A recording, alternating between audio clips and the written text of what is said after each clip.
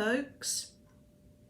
This video is a crafting video and I'm going to be showing you in this video how I colour this fur. So this guinea pig was originally all this colour. I'll show you a bit of footage of what this guinea pig looked like when I first got it. So it's the guinea pig on the left. In this video I was comparing it with another guinea pig, Rusty, that I'm also modifying. So you can see that this guinea pig is really different here. It's a Hansa 30 centimetre guinea pig that I had just got new when I made this video here. So you can see she's completely different, as well as having her fur coloured. Her face is a different shape, which I've achieved by using polymer clay, which I've put on the front of her face, and then I've covered the polymer clay with short little pieces of fur.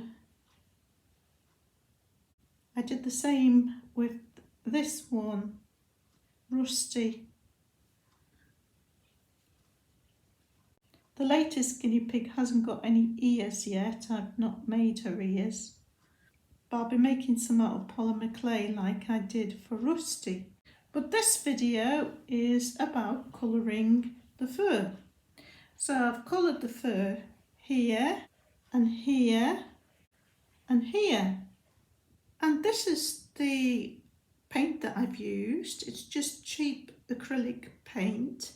And the colour is burnt umber. And I've mixed a little bit of black acrylic with that to make it darker. And then all I've done is really watered it down. So to paint fur, you need to have your paint really thin, or else it'll just clog up in the fur and won't colour it. So you basically want it to kind of look like water that you washed your brushes out in. It's much more water than paint. Then you part the fur that you want to paint.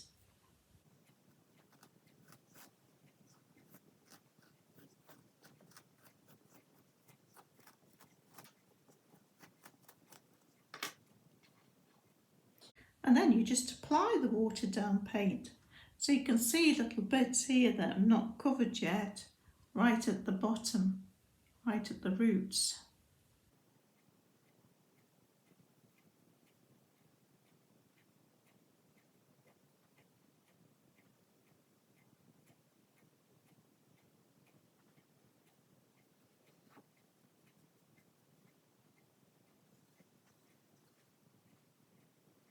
This is a really slow process. You've got to have a lot of patience or enjoy doing it. I quite enjoy doing it. And then what you've got to do is either leave it to dry, or if you can't wait to leave it to dry, you can dry it with a hairdryer.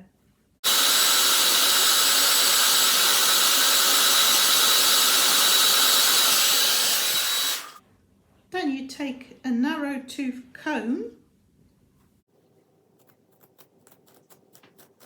and brush the fur through.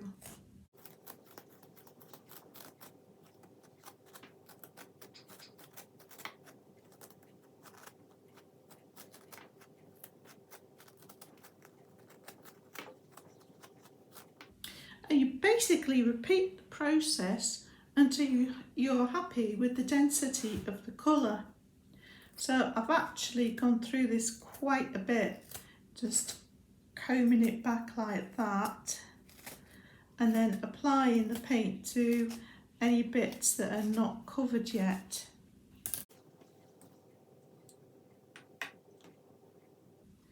Like I say, it does take a long time. You wouldn't want to do a really big project. unless you were quite happy to put in several months of painting.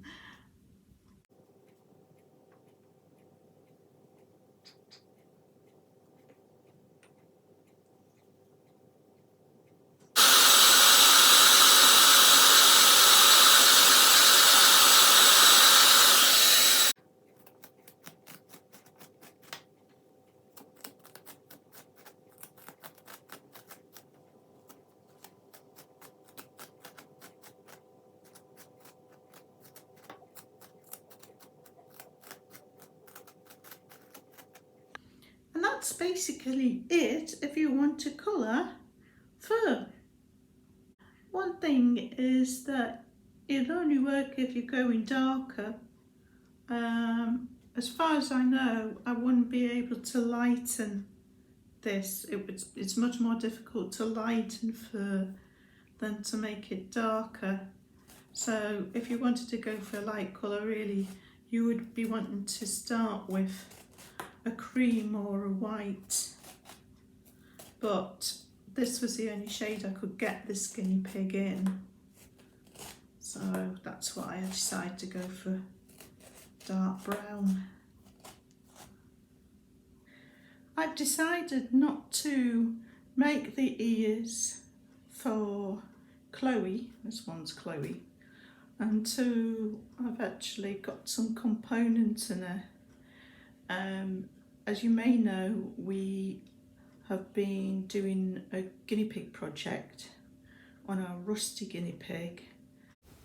And the project's actually got to the point now where we've started mounting components, but we found we had to kind of turn Rusty's head inside out in order to glue in the reed switch, which damaged the ears.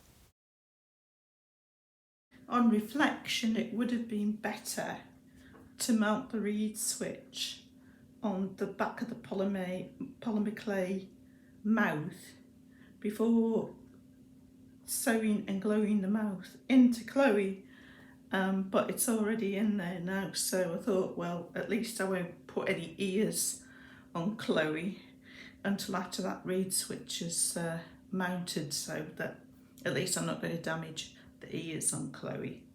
I'll upload the latest video on the guinea pig project as soon as that video's finished, which should be in the next week or so.